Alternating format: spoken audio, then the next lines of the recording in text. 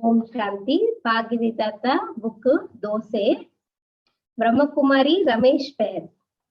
बाबा ने कहा तुम बहुत हिम्मतवान हो। मेरा लौकिक जन्म 1947 में करनाल के एक धार्मिक तथा संपन्न परिवार में हुआ। जब मैं 10 वर्ष की थी तो मेरे माता पिता ज्ञान मार्ग पर चलने लगे। वो मुझे ज्ञान की बातें सुनाते थे।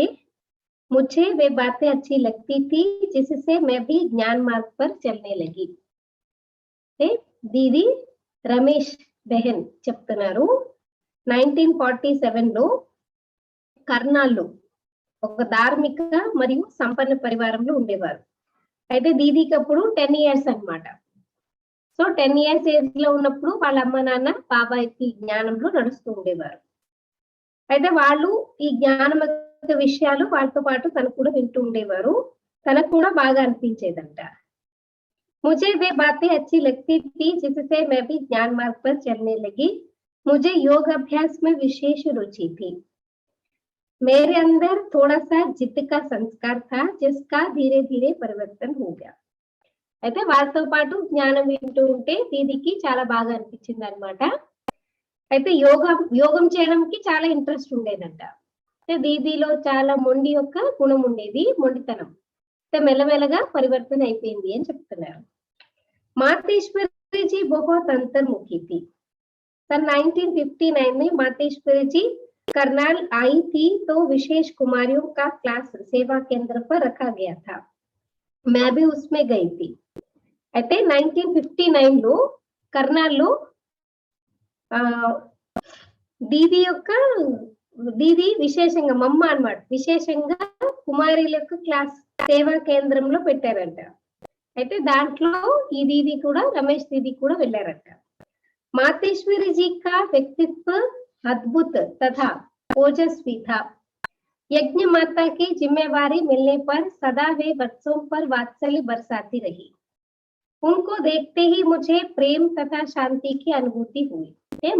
మాతేశ్వరి జగదంబ సరస్వతి మమ్మ యొక్క వ్యక్తిత్వము చాలా ప్రకాశవంతంగా ఉండేది. యజ్ఞమాత యొక్క బాధ్యత దొరికిన తర్వాత తను అందరికీ అన్నమాట, అంటే తల్లి యొక్క ప్రేమని అందరిపైన కురిపించేవారు. ఆమెను చూస్తేనే నాకు ప్రేమ లేదా శాంతి యొక్క అనుభూతి కలిగేది. दृष्टि देते हुए उन्होंने मुझे कहा आप बहुत आगे बढ़ सकती हो, आपको नर्क के जीवन में नहीं जाना है, भगवान की बच्ची बनकर रहना है. రమేష్ దీదిని చూసి మమ్మ చెప్పారంట, నువ్వు చాలా ముందుకు వెళ్తావు, అయితే నరకం యొక్క జీవితంలోకి నువ్వు వెళ్ళకు, భగవంతుడికి పిల్లగా అయ్యే ఉండు అని చెప్పేసి చెప్పారంట. उनके वरदानी बोल सुनकर मुझे बहुत शक्ति मिली. मातेश्वरी जी ने हम कुमारियों को यज्ञ सेवा का महत्व भी समझाया कि जितना तन से सेवा करेंगे उतना तन से निरोगी रहेंगे. अगर कभी यज्ञ में फर्श साफ करने की सेवा भी मिलती है तो खुशी से सेवा करो और सोचो कि मैं अपने भाग्य का सितारा चमका रही हूँ. वर्षमाना पोछा करना. मैंने देखा मातेश्वरी जी बहुत अंतर्मुखी रहती थी. यदि वे सामने भी देख रही होती थी तो हमें लगता कि उनकी आंखें उपराम अर्थात उनकी बुद्धि शिव बाबा की याद में मगन है. అయితే దీదికి చెప్పారు కదా, అయితే వరదాని మాటలు అన్నమాట విని దీదికి చాలా శక్తి అనేది లభించింది అన్నమాట. అయితే మాతేశ్వరిజీ కుమారులకి యజ్ఞ సేవ గురించి, దాని యొక్క మహత్వం గురించి అర్థం చేయించేవారు. ఎంతగా మీరు తనుతో సేవ చేస్తారు అంత తను నిరోగిగా అవుతుంది. అంటే ఒకవేళ యజ్ఞంలో పూజ చేస్తాం కదా, ఫర్ష సాఫ్ కర్ణ అంటే తుడవడం ఆ పని చేస్తే కూడా ఏం చేసేవారంటే చాలా అన్నమాట, సంతోషంగా చేస్తే మీకు సంతోషం లభిస్తుంది అని చెప్పేసి. అయితే నేను మీ యొక్క భాగ్యం యొక్క నక్షత్రం మెరిసిపోతుంది అని చెప్పేసి చెప్పారు. చూసారనమాట, మాతేశ్వరిజీ ఎప్పుడు అంతర్ముఖిగా ఉండేవారు. అంటే ఎదురుగా చూస్తే ఎలా అనిపించేదంటే ఎప్పుడు చూసినా తన యొక్క కళ్ళు అతీతంగా, అంటే శివబాబాని స్మృతి చేస్తున్నట్టే ఉండేవంట మా అమ్మ కళ్ళు. बाबा से मुलाकात। सन 1961 में ब्रह्मा बाबा दिल्ली में मेजर की कोटि में आए थे। तब मैं 7वीं कक्षा में पढ़ती थी। पहले मेरे लौकिक माता पिता बाबा से मिलने गए। तत्पश्चात कुछ भाई बहनों के साथ मैं भी दिल्ली गई। हम सभी गार्डन सेवा केंद्र पर रुके थे। दूसरे दिन सवेरे भाई बहने जल्दी मेजर की कोठी पर बाबा से मिलने गए। मुझे छोटी समझ किसी ने उठाया ही नहीं, मैं सोई रही। जब मैं उठी तो देखा सभी मुझे छोड़कर बाबा से मिलने चले गए। मुझे बहुत दुख हुआ और मैं रोती रही। 61 లో బ్రహ్మ బాబా ఢిల్లీలో మేజర్ కోటి దగ్గరకు వచ్చారంట. అప్పుడు రజనీ దీది 7th క్లాస్ 7th స్టాండర్డ్ చదువుతున్నారు. లౌకిక తల్లి తండ్రి బాబాని కలవడానికి వెళ్ళారనమాట. ఆ తర్వాత ఫస్ట్ వెళ్ళిపోయారంట. తర్వాత కొంతమంది అన్నయ్య అక్కయ్యలు వాళ్ళతో పాటు వెళ్తూ ఢిల్లీకి వెళ్ళారనమాట. అయితే అందరూ రజోరీ గార్డెన్ సేవా కేంద్రంలో ఆగిపోయారనమాట. అంటే హాల్ట్ చేశారు. తర్వాత రోజు ఉదయాన్నే అన్నయ్యలు అక్కయ్యలు అందరూ కూడా మేజర్ కోటికి బాబాని కలవడానికి వెళ్ళిపోయారు. అంటే 7th స్టాండర్డ్ అంటే చిన్న కదా, సో ఏమో పడుకుందనమాట. పడుకుని ఉన్నారనమాట. చిన్న అమ్మాయి కదా అని ఎవరు లేపలేదు. లేచి చూసుకునేటప్పటికి అందరూ వదిలేసి వెళ్ళిపోయారు అనమాట. చాలా దుఃఖి అయిపోయారు దీది. ఏడుస్తూ కూర్చున్నారంట నన్ను వదిలేసి అందరూ వెళ్ళిపోయారు అని. रुक्मणी दादी जी ने देखा और मेरे पास आकर कहा मैं आपको बाबा के पास ले चलती हूँ, रो नहीं. రుక్మణి దీది ఉన్నారనమాట అక్కడ. అయితే దీది అన్నారంట నేను నిన్ను బాబా దగ్గరికి తీసుకెళ్తాను, నువ్వు ఏడవకు అని చెప్పేసి చెప్పారు. तब तक मुरली क्लास पूरा हो चुका था. बाबा से मिलने गई तो बाबा ने मुस्कुराते हुए पूछा कि बच्ची तुम रोई थी, मूड ऑफ किया था? मैंने कहा हाँ बाबा, मुझे किसी ने उठाया नहीं इसलिए मुझे रोना आया. అయితే వీళ్ళు అక్కడికి వెళ్ళేటప్పటికి బాబా మురళి క్లాస్ అయిపోయిందంట. అందరూ కలుస్తున్నారు. అయితే బాబా నవ్వుతూ అమ్మాయిని అడిగారనమాట, నువ్వు ఏడ్చావా, నీ మూడు ఆఫ్ చేసుకున్నావా అని. అయితే దీది చెప్పారంట హా బాబా, నన్ను అందరూ వదిలేసి వెళ్ళిపోయారు కాబట్టి నాకు చాలా ఏడుపు వచ్చింది అని చెప్పారు. मैंने कहा हाँ बाबा, मुझे किसी ने उठाया नहीं इसलिए मुझे रोना आया. बाबा ने कहा बच्ची वायदा करो कि मैं आज से रोऊंगी नहीं और कभी मूड ऑफ नहीं करूंगी. फिर तो बाबा ने मुझसे बहुत प्यार भरी बातें की, अपने साथ नाश्ता खिलाया. सारा दिन भाई बहने बाबा से मिलने आते रहे तो मैं बाबा के पास ही बैठी रही. इस तरह बाबा के साथ 3 दिन रहने का सौभाग्य मिला. ఆ తర్వాత బాబా ప్రామిస్ చేయించుకున్నారంటే నేను ఎప్పుడు ఏడవను, ఎప్పుడు మూడ్ ఆఫ్ చేసుకోను అని చెప్పేసి ప్రామిస్ చేయించుకున్నారంట. ఇంకా బాబా చాలా ప్రేమగా మాట్లాడారు. తనతో పాటే నాశ్తా తినిపించారు. రోజంతా అన్నయ్యలు అక్కయ్యలు వస్తున్నారు కానీ తను బాబా దగ్గరే ఉన్నారంట. అలా 3 days బాబాతో పాటు ఉండే ఛాన్స్ దొరికిందంట. बाबा से मिला वरदान. बाबा सदा गुणों को उभारते थे जिससे हमें बहुत ही उत्साह अनुभव होता था. బాబా ఎప్పుడు గుణాలను ఎప్పుడు కూడా ఉన్నతి వైపు అంటే గుణాలని బాబా ముందుకు పెట్టేవారంటే ఎవరిలో ఏ గుణం ఉంటే ముందుకు పెట్టేవారు. దాంతో చాలా ఉత్సాహం అనేది అనుభవం అయ్యేది అందరికి. मधुबन में मिलते समय एक बार बाबा ने मुझे कहा बच्ची तुम बहुत हिम्मतवान हो, बहुत निर्भय हो, तुम जो भी సేవా కరోగే సహజ సఫలత మిలేగి. అయితే ఒకసారి మధుబన్ లో బాబా కలిసినప్పుడు అన్నారంట, అమ్మాయి నువ్వు చాలా ధైర్యవంతురాలివి, చాలా నిర్భయురాలివి, నువ్వు ఏ సేవ చేసినా నీకు సహజంగా సఫలత దొరుకుతుంది అని. ये वरदानी बोल सुनकर मेरा आत्मविश्वास और भी बढ़ा. कितनी आत्मीयता थी बाबा के शब्दों में. आज भी वे बोल कानों में गूंजते हैं तो शक्ति का संचार होने लगता है. అయితే వరదాని మాటలు విని దీదికి చాలా ఆత్మవిశ్వాసం పెరిగిందంట. అంటే ఎంత ఆత్మీయతతో కూడిన బాబా యొక్క శబ్దాలు. అయితే ఈ రోజుకి ఆ మాటలు దీది యొక్క అంటే చెవులలో తిరుగుతూ ఉన్నట్టు, అంటే బాబా ఇప్పుడు చెప్తూ ఉన్నట్టు ఆమెకి అనిపిస్తూ ఉంటుందంట. सचमुच इस वरदान की प्राप्ति के बाद मुझे कहीं किसी भी स्थान पर सेवार्थ आने भय महसूस नहीं हुआ. ऐसा लगता है अभी भी बाबा की मदद, दुआएं, मार्गदर्शन और सुरक्षा साथ है ही. అంటే బాబా వరదాన్ని ఇచ్చిన తర్వాత దీదికి ఎక్కడికైనా వెళ్ళడము రావడము ఏం చేసినా అసలు భయం అనేది అనిపించేది కాదంట.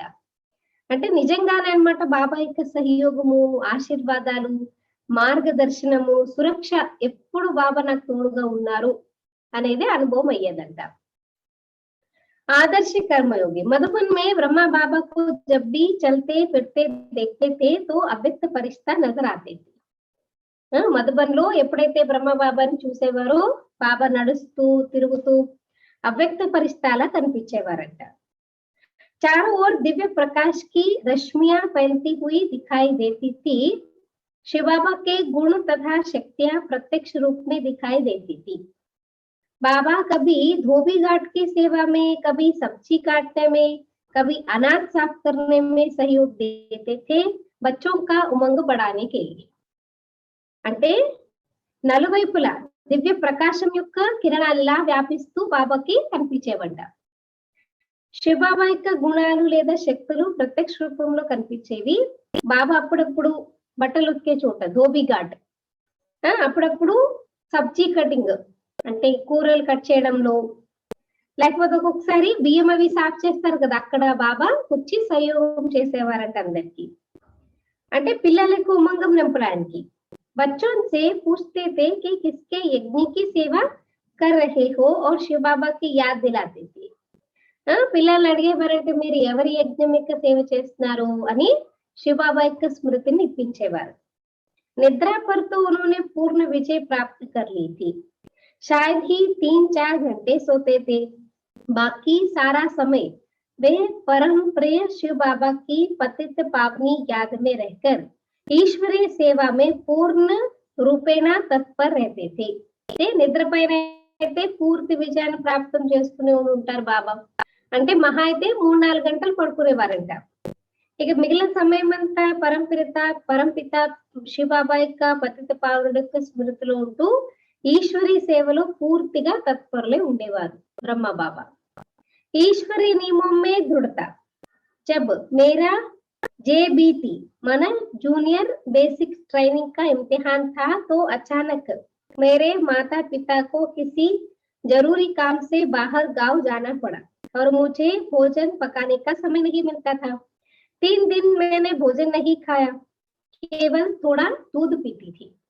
అయితే ఒకసారి అన్నమాట తనకి జేబీటీ అంటే జూనియర్ బేసిక్ ట్రైనింగ్ ఎగ్జామ్ ఇచ్చేటటువంటి సమయంలో వాళ్ళ అమ్మ నాన్నకి ఏదో పని పట్టి బయటకు వెళ్లాల్సి వచ్చిందంట. అయితే దీనికి వండుకోవడానికి కూడా టైం దొరికేది కాదంట. 3 రోజుల వరకు భోజనం తినలేదంట. కేవలం పాలు మాత్రమే తాగి ఉండేవారు. मेरी सखियों ने मुझे बहुत कहा कि चलो बाजार जाकर भोजन करो, लेकिन मैंने अपने अंदर पक्का किया था कि कुछ भी हो जाए मुझे शुद्ध भोजन स्वीकार करने का नियम नहीं तोड़ना है. వాళ్ళ ఫ్రెండ్స్ చెప్పారన్నమాట, పద బజార్కి వెళ్ళి ఏదో ఒకటి తిందాము అని. కానీ దీది ఎప్పుడు పక్కా చేసుకున్నారనమాట ఏంటంటే ఏదేమైనా సరే నేను మాత్రము శుద్ధమైన భోజనాన్ని తినే నియమము ఉల్లంఘించకూడదు అని. सचमुच हिम्मत के आधार पर मुझे बाबा की मदद मिली. इम्तिहान में मुझे बहुत अच्छे मार्क्स मिले. बाद में समय प्रति समय मुझे मधुबन में बाबा से मिलने का मौका मिलता रहा. बाबा के व्यक्तित्व में इतनी कशिश थी कि हमें चुंबक की तरह बार बार उनके सम्मुख मधुबन में खींच ले जाती थी. అయితే తర్వాత అన్నమాట నిజంగానే ధైర్యం యొక్క ఆధారంతో బాబా ఎంత సహయోగం చేస్తారంటే ఎగ్జామ్స్ లో చాలా మంచి రిజల్ట్ వచ్చింది అన్నమాట. ఆ తర్వాత టైం టు టైం అన్నమాట ఎక్కువగా బాబాతో కలవడము, మధుబన్ వెళ్ళడము దీది చాలా సార్లు చేసి వచ్చారంట. అంటే బాబా యొక్క వ్యక్తిత్వము ఎంత అన్నమాట ఆకర్షణీయంగా ఉండేదంటే ఒక మ్యాగ్నెట్ లాగా పదే పదే బాబా యొక్క సమ్ముఖంలోకి లాక్కుంటూ పోయేదన్నమాట. उस रूहानी जादूगर का प्यार या लाड, आदेश या उपदेश जादू सा असर दिखाता था. మరి ఆత్మిక జాదూగరి యొక్క ప్రేమ లేదా అంటే ఆ లాడ్ అన్నమాట ఆదేశం అనండి, ఉపదేశం అనండి ఒక మాయలాగా పనిచేసిందట. सबको वासना आती थी कि पिताश्री हमारा कितना ध्यान रखते हैं. सभी समझते और अनुभव करते थे कि पिताश्री हमारे अपने बाबा है. అంటే ప్రతి ఒక్కరికి ఈ ఫీలింగ్ వచ్చేది ఏంటంటే పితాశ్రీ మాకు ఎంత ధ్యానం పెడుతున్నారు, బాబా మా పైన ఎంత అటెన్షన్ పెడుతున్నారు, ఇంకా ఈయనే మాకు సొంత తండ్రి అన్న ఫీలింగ్ కూడా వచ్చేదన్నమాట. सेवा क्षेत्र में बाबा की मदद। एक बार मैं हिसार से टोहाना सेवार्थ गई थी। शाम को 6 बजे हिसार लौटने के लिए आखिरी बस मिल गई, लेकिन वह रास्ते में खराब हो गई। रात्रि के 12 बज गए थे। मुझे कोई साधन नहीं मिल रहा था। एक ट्रक जा रहा था। मैंने उसको चालकों से कहा कि मुझे हिसार ले चलो। మన चालक మన चलाने वाले, అది నడిపించే వాళ్ళు అన్నమాట। वे कहने लगे पीछे बैठो, लेकिन पीछे बिठाकर गलत रास्ते पर ले जाने का डर था। एक ट्रक चालक भाई ने मुश्किल से माना और मुझे आगे बिठा लिया, लेकिन चलते चलते उसकी बुद्धि भी खराब हो गई। बारवाला तक तो उसने ट्रक ठीक चलाया, बाद में ट्रक को गलत रास्ते पर मोड़ लिया। मुझे शक पड़ गया। मैंने उसको आत्मा का ज्ञान सुनाना शुरू किया कि मैं कौन हूँ, किसकी संतान हूँ। मैं शिव शक्ति हूँ, मैं दुर्गा हूँ, मैं वैष्णो देवी हूँ। मुझे साधारण स्त्री नहीं समझना, मैं शिव की शक्ति हूँ। అయితే ఒకసారి ఏమైందంటే హిసార్ నుంచి టోహానా సేవా కేంద్రకి వెళ్ళారంట। సాయంత్రం 6 గంటల తర్వాత హిసార్ నుంచి మళ్ళీ తిరిగి రావడానికి ఆఖరి బస్సు దొరికింది। ఆ బస్సు ఏమైందంటే దారిలో పాడైపోయింది। రాత్రి 11 అయిపోయింది అనమాట। దారి మధ్యలో ఆగిపోయింది అనమాట బస్సు। అప్పుడు ఏ సాధనము దొరకట్లేదు। అయితే ఒక ట్రక్ వెళ్తూ ఉంటే ఆ ట్రక్ నడిపించే వాళ్ళని అడిగారనమాట, వెళ్తాను అని। అయితే వాళ్ళు వెనకాతలు కూర్చోమన్నారంట। మళ్ళీ అనిపించింది అన్నమాట, వెనకాతలు కూర్చుంటే దారి తెలియదు కదా, వెనక కూర్చుంటే ఎవరు ఏ దారిలో తీసుకెళ్తున్నారో తెలియదు అని చెప్పేసి ఒప్పుకోలేదు। మళ్ళీ చాలా సార్లు ప్రయత్నం చేసిన తర్వాత వేరే ఒక ఆయన ముందు కూర్చోబెట్టుకోవడానికి ఒప్పుకున్నాడు। అయితే ముందు కూర్చోబెట్టుకున్నాడు ఆయన। చాలా వరకు అయితే బాగానే నడిపించాడంట। నడిపిస్తూ నడిపిస్తూ మళ్ళీ ఆయన బుద్ధి ఖరాబ్ అయిపోయింది। అంటే కొంచెం సేపు అయిన తర్వాత అంటే బరవాల అనే స్టేషన్ వరకు కరెక్ట్ గా ట్రక్ నడిపించాడు। ఆ తర్వాత దాన్ని వేరే దారిలోకి అంటే తప్పుడు దారిలోకి మళ్ళించేశాడట। అయితే దీదీకి, రజనీ దీదీకి షక్ వచ్చింది, అంటే అనుమానం కలిగింది అనమాట। కలిగి ఏం చేశారు, ఆయనకి ఆత్మజ్ఞానం చెప్పడం వినిపించారు। నేను ఎవరిని, ఎవరి సంతానాన్ని, నేను శివశక్తిని, నేను దుర్గాను, నేను వైష్ణోదేవిని, నన్ను సాధారణమైన స్త్రీ అని అనుకోకు, నేను శివశక్తిని, ఇలా జ్ఞానం చెప్పడం మొదలు పెట్టారు। सर्वशक्तिमान परमात्मा मेरे साथ है, मुझे आप गलत रास्ते पर ले जा रहे हो, परमात्मा आपको कड़ी सजा देगी। సర్వశక్తివంతుడు పరమాత్ముడికి నేను అమ్మాయిని, మీరు నన్ను తప్పుడు దారిలోకి తీసుకెళ్తున్నారు, మీకు దీనికి చాలా కఠినమైన శిక్షణ అనేది దొరుకుతుంది అని చెప్పారంట। उसने ट्रक को लगभग 6 किलोमीटर चलाया तो अचानक बाबा ने उसकी बुद्धि को टच किया। तत्पश्चात वह ट्रक को 6 किलोमीटर वापस लाया और सही रास्ते पर ट्रक चलाया। చూడండి, ఆయన ఏం చేశాడంటే 6 కిలోమీటర్ల వరకు తప్పుడు దారిలో తీసుకెళ్ళిపోయాడు। బాబా బుద్ధి టచ్ చేసినట్టు మళ్ళీ వెనక్కి వచ్చి మళ్ళీ కరెక్ట్ దారిలోకి తీసుకెళ్ళాడట। फिर उसने कहा मुझे माफ कर दो बहन जी, दृष्टि खराब हो गई थी। आधे घंटे के बाद हिसार का बस स्टैंड आया। मैंने कहा मुझे यहाँ उतार दो, मैं अपने आप चली जाऊंगी। उसने कहा नहीं, आप देवी हो, मैं आपकी मंजिल पर ही आपको छोड़ूंगा। ఆ తర్వాత ఆయన ఒప్పుకున్నాడు అనమాట। ఏం చెప్పాడంటే, నన్ను క్షమించు, నా బుద్ధి ఖరాబ్ అయిపోయింది అని చెప్పేసి। అయితే కొంచెం సేపు అయిన తర్వాత ఏమైందంటే అక్కడ బస్ స్టాప్ వచ్చింది అనమాట। దీది అన్నారనమాట, నేను ఇక్కడ దిగిపోతాను, నా అంతటి నేనే వెళ్ళిపోతాను అని। కానీ ఆయన అన్నాడు అనమాట, లేదు లేదు, నేను మిమ్మల్ని తీసుకెళ్తాను, అంటే మీ గమ్యం వరకు నేను మిమ్మల్ని చేరుస్తాను అని చెప్పాడు। उसने कहा नहीं, आप देवी हो, मैं आपकी मंजिल पर ही आपको छोड़ूंगा। उसने रात्रि के 12 बजे मुझे हिसार सेवा केंद्र पर छोड़ा। రాత్రి 12కి सेंटर हिसार सेंटर की తీసుకొచ్చి విడిచిపెట్టాడంట। जाते समय वह रोया भी और अपनी गलती को भी स्वीकार किया। इस प्रकार मैंने अनुभव किया कि अगर बाबा पर पूरा निश्चय है तो बाबा मदद करके पूरी रक्षा करते हैं। ఆఖరికి అన్నమాట తన తప్పును తెలుసుకొని ఆయన తప్పును కూడా స్వీకరించాడంట, ఏడ్చాడంట। అంటే ఈ రకంగా దీది అనుభవం చేశారు ఏంటి అంటే, ఒకవేళ బాబా పైన మీకు పూర్తిగా నిశ్చయం ఉన్నట్లయితే బాబా సహయోగం కూడా చేస్తారు, పూర్తిగా రక్షిస్తారు కూడా. అచ్చా, ఓం శాంతి. ఓం శాంతి అక్క.